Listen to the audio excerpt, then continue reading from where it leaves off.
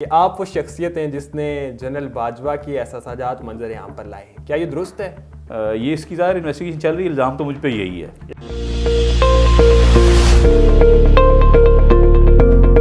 साबिक सिपह सालार जनरल बाजवा के एहसासात पब्लिक करने के इल्ज़ाम में हाल ही में गिरफ्तार होने वाले सहाफ़ी शाहिद असलम आज हमारे साथ मौजूद हैं। आज इनसे गुफ्तगू करेंगे आखिर ये सारा केस है क्या जिसकी पूरे पाकिस्तान में धूम मची हुई है, ये एहसासात की तफसील क्या थी और फिर ये गिरफ्तार क्यों हुए। इन तमाम तर मामलात की तफसीलात शाहिद असलम साहब से जानेंगे। अस्सलाम वालेकुम शाहिद साहब। जी वालेकुम sir, thank you. First of all बहुत बहुत शुक्रिया आपने हमारे लिए वक्त निकाला। यानी आपकी मेहरबानी। सर, सबसे पहले तो मैं चाहूँगा नाज़रीन के लिए बता दीजिए, क्योंकि अक्सर और बेशतर लोग यही समझते हैं कि आप वो शख्सियत हैं जिसने जनरल बाजवा की एहसासात मंजर आम पर लाए हैं, क्या ये दुरुस्त है? ये देखें लाया हूँ कि नहीं, ये तो अभी FIA इसको प्रोब कर रही है।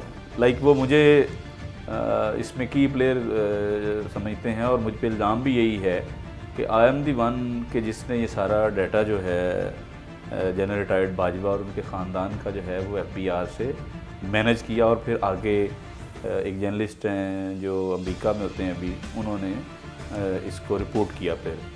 लेकिन ये इसकी ज़ाहिर इन्वेस्टिगेशन चल रही है। इल्ज़ाम तो मुझ पे यही है। इल्ज़ाम आप पे जी, लेकिन इसमें सदाकत इस लिहाज से नहीं है। इल्ज़ाम देख कितने मज़ाक़ा खेज़ हैं कि पैसे दे के करप्ट यानी रिश्वत दे के FBR के लोगों से डाटा निकलवाया और फिर आगे उस जर्नलिस्ट को दे दिया बाहर जिन्होंने इसको रिपोर्ट किया। तो ये बड़ा मज़ाक़ा खेज़ अलग बात है। मैं ख़ुद एक जर्नलिस्ट हूँ और इस तरह का डाटा जब आपके पास सपोजली आप मैनेज करते हैं somehow being a journalist, ये बड़ा प्रिविलेज डाटा होता है और किसी के लिए मैं कोई डाउट तो नहीं हूँ। I am my self a journalist और इतने इंटरनेशनल अदारों के लिए भी काम करता हूँ और बाकी जो सर आपका बड़ा ही प्रेस्टीजियस कैरियर है, एक लंबा अरसा सहाफ़त में गुजर चुका है।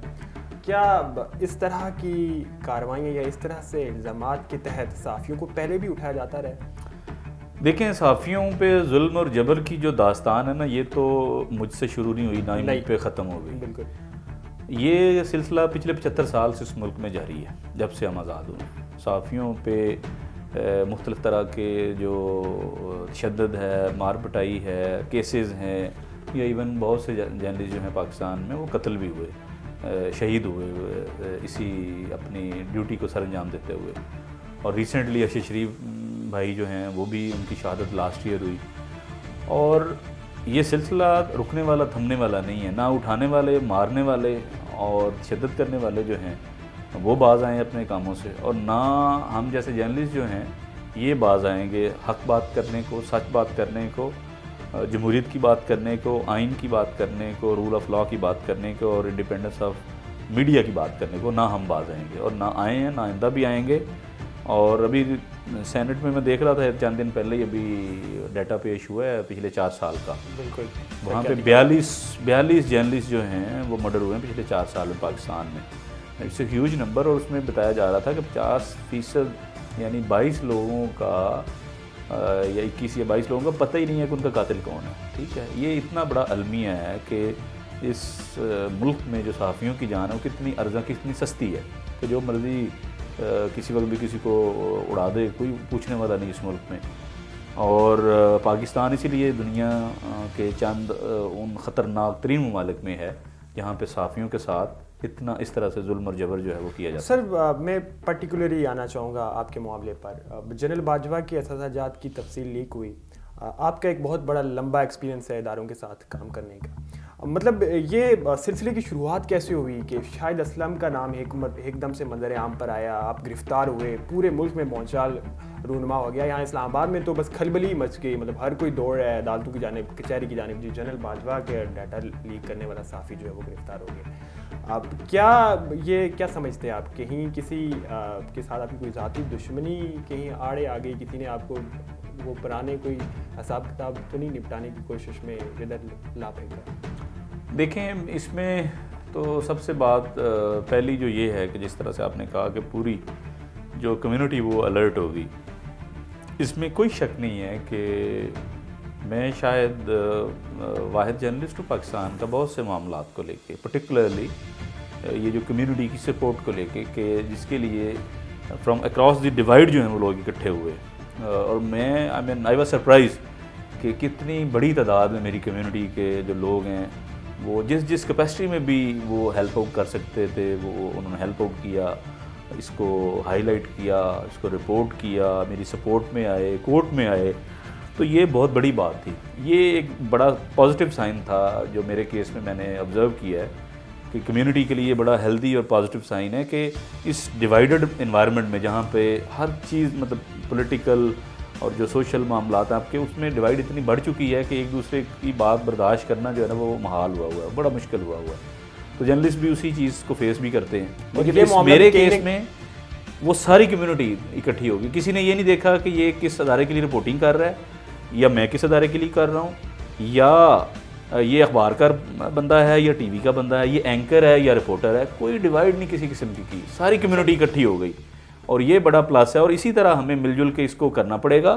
और दूसरा जो बात आपने पहले की कि जी किस तरह से मेरा रोल, देखिए ये रोल मेरा कहाँ से पे था या कैसे था ये तो अब FIA बताए ना आके कोर्ट को, ठीक है। इनके पास कोई एविडेंस नहीं है, इनकी बिल्कुल मैं कहूँगा कि पंजाबी में कहते हैं मत मारी हो ना, इनकी मत मारी हुई थी जो इन्होंने मुझे हाथ डाला है, वगैरह मेरे वाल से कोई एविडेंस नहीं है, मेरा कहीं पे कोई रोल है ही नहीं, ठीक है। डाटा उसको ट्रांसमिट करने में जो जर्नलिस्ट है जिसने इसको रिपोर्ट किया है, तो ये शर्म का मकाम है हमारे अदारों के लिए कि पता नहीं इनकी कनपट्टी पे किसने पिस्तौल रखा हुआ था कि जाओ शायद असलम को उठा लाओ। मुझे बताते रहे FIA वाले बाद में। अच्छा सर कि यार हम पे बहुत प्रेशर था। आप जुम्मे वाले रोज़ गिरफ्तार हुए और लाहौर अपने कमरे में आप महज तैयार हो रहे थे, जुम्मे की तैयारी कर रहे थे, गिरफ्तार मतलब गाड़ियाँ आई और अब आपको उठा के ले गई। उसके बाद क्या सिलसिला, आपके टॉर्चर हुआ, तशद्दुद किया गया? देखिए जब ये लोग मुझे लाहौर से इस्लामाबाद लेके आए हैं मोटरवे के रास्ते, और मैं तकरीबन 4 साढ़े 4 बजे FIA इस्लामाबाद जोन जो है वहाँ पे मैं आ गया। इन्होंने आते साथ मुझसे रास्ते में भी यही बात बार बार हो रही थी कि यार पासपोर्ट दो अपने, अगर तुम्हारा इसमें कोई रोल नहीं है तो पासपोर्ट दे दो, हम देख लेते हैं, अगर नहीं हो तो हम छोड़ देंगे। मैंने कहा नहीं, आपने देखें मुझे क्वेश्चनिंग के लिए नहीं यहाँ बुलाया, आपने ना मुझे कोई नोटिस दिया ना समन किया, आपने बाकायदा मुझे हथकड़ियाँ लगाई हैं, अरेस्ट किया आपने, दहशतगर्दों की तरह घर में घुस के आपने मुझे अरेस्ट किया है, हथकड़ियाँ लगाई हैं आपने। तो ये क्वेश्चनिंग से मामला बहुत आगे चला गया ना। इसका मतलब पता नहीं आपके पास कितना एविडेंस है जो आपने एक बंदे को आराम से घर बैठा हुआ है उसको अरेस्ट करके लेके आए, हथकड़ियाँ लगाई हैं ना आपने, हैंडकफ किया हुआ है आपने। तो मैंने कहा पासवर्ड तो मैंने नहीं देने, अब आपने इस चीज़ को इल्ज़ाम को साबित करना जो आपने लगाए हैं, पासवर्ड मैंने नहीं देने। और जब ये बात हुई तो वो ज़ाहिर है बड़ा गुस्से में आ गया FIA वाले। तो 3-4 थे उसी एक कमरे में, उसमें असिस्टेंट डायरेक्टर जो रिजवान मेहदी है जो IO है मेरे केस का वो भी था उसमें। अच्छा। तो मेरे साथ जो मेरे रूममेट को उन्होंने उठा के लाए थे वो भी बैठा हुआ था उसी कमरे में। अच्छा। इन्होंने कहा अच्छा तूने नहीं देने, और एक वो बड़ा बदतमीज़ी वाला मामला शुरू हो गया। फिर वो पंजाबी में उन्होंने कहा जैकेट ला दे, ज़ाहिर सर्दी थी उस रोज़ काफ़ी, जब मुझे उठा के लाए तो मैंने जैकेट पहनी हुई थी, जैकेट ला दे, जैकेट उतार दी, खड़ा हो जा तू, मैं खड़ा हो गया, कुर्सी बन जा। अब मैं क्योंकि इस तरह हाँ मुझे उन्होंने बकायदा कुर्सी बनाया है। अच्छा। अब मुझे पता नहीं कुर्सी कैसे बनते हैं क्या है, लेकिन खैर वो मुझे पकड़ के ना वो कुर्सी बनाते रहे, कुर्सी बन जा तू। फिर थोड़ी देर गुजरी है तो अब तू खड़ा हो जा दीवार के साथ, मुंह उधर कर ले दीवार की तरफ, तो खड़ा हो जा, हाथ ऊपर कर ले। अब हाथ ऊपर करवा दिए, कितनी देर में ऐसे ही हाथ ऊपर कर खड़ा हूँ। तो मैंने फिर वहाँ पे एक बात इनको की, मैंने कहा देखो तुम ना तीन हो, तुम उठ के ना हो और मुझे रज के ना कुटो, मारो।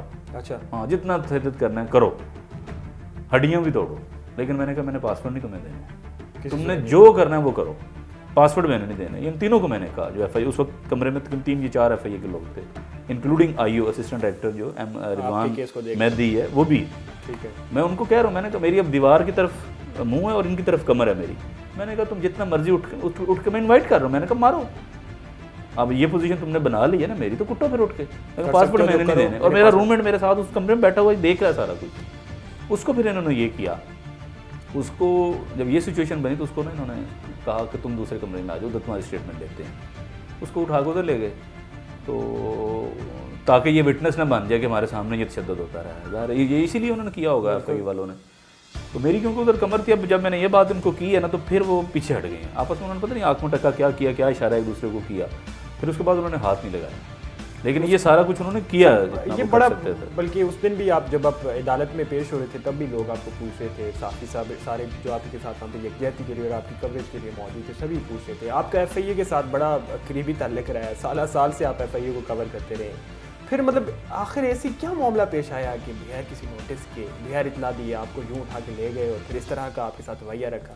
देखिए, ये तो एफआईए को बताना चाहिए ना, ये तो एफआईए बताए जिस तरीके से उन्होंने दहशतगर्दों की तरह एक बंदे को घर से उठा के लाए हैं दरवाज़ा तोड़ के, कि जैसे कोई ओबीएल ऑपरेशन चल रहा था वहाँ पे, ठीक है। और मैं जब गाड़ी में बैठ रहा था इस वीगो डाले में, तो मैंने देखा साथ वाली जो गलियाँ थी मेरे घर के आसपास, उनमें से भी लोग जो है ना सिविल कपड़ों में, वो भी आगे यानी मूव कर रहे थे, पूरा इन्होंने यानी घेरा हुआ था जैसे इलाके को। भाई शर्म का मकाम है मतलब। और मैंने बाद में जब ज़मानत के बाद गया हूँ घर, तो मैंने जाके, वो मेरी बात हुई है अपने हमसायों वगैरह से, तो कह रहे थे 3-4 रोज़ से ना वो रैकी हो रही थी, आपकी मूवी बन रही थी वगैरह। मैंने कहा आपने मुझे बताते तो सही। कहते हमें नहीं पता था। हमने कहा कि महकमे के लोग हैं, हमें नहीं पता था कि ये पता नहीं क्या सीन होने जा रहा है। तो कहते थे कोई मशकूक लोग आते थे तो आपके घर की ना वीडियो बनाते थे, बाकायदा आप नजर रखे। हाँ, 2-3 दिनों से ये एक्टिविटी।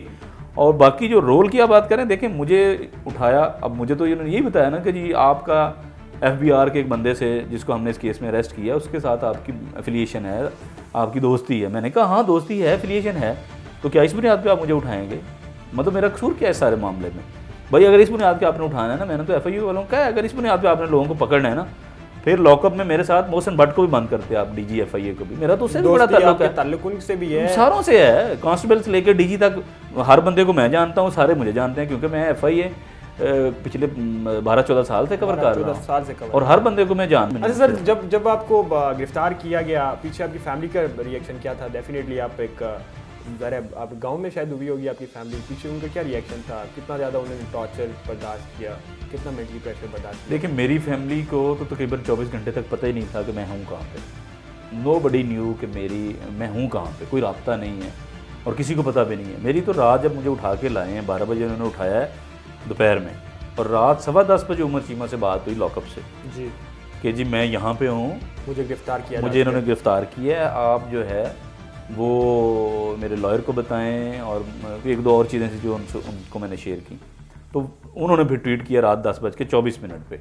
तो तब पता चला कि शायद असलम को, यानी 12 बजे को उठाया और 10-10:30 बजे पता लग रहा है, तकरीबन 11 घंटे तकरीबन गुजर गए। और मेरी फैमिली को तब भी नहीं पता, उनको तो जाकर सुबह पता चला है। तो क्या उन्होंने टीवी से कहीं खबरें चलती देखी कि शायद, तो ज़ाहिर है गाँव में रहते हैं, देहाती हैं, बड़ा सादा लोग हैं सारे, तो थाने कचहरी कभी जनरेशन तक नहीं हमने देखा, परेशान थे नेचुरली। नहीं तो एफआईए ने कहीं उन्हें अप्रोच वगैरह तो नहीं किया, या इदारों ने आपकी फैमिली को? या मुझे तो ऐसी कोई इतला मतलब घर वालों ने नहीं बताया कोई। अच्छा सर, बच्चों के वक्त की कमी है, अब आखिर की जानिब बढ़ते हुए, क्योंकि बहुत सारे हमारे जो देखने वाले हैं वो अभी इस फील्ड में नए आ रहे होते हैं, और स्पेशली आज जहाँ पर जर्नलिज्म खड़ा है, एक बहुत बड़ा वसी तफरीक पाया जाता है आरा के माबेन।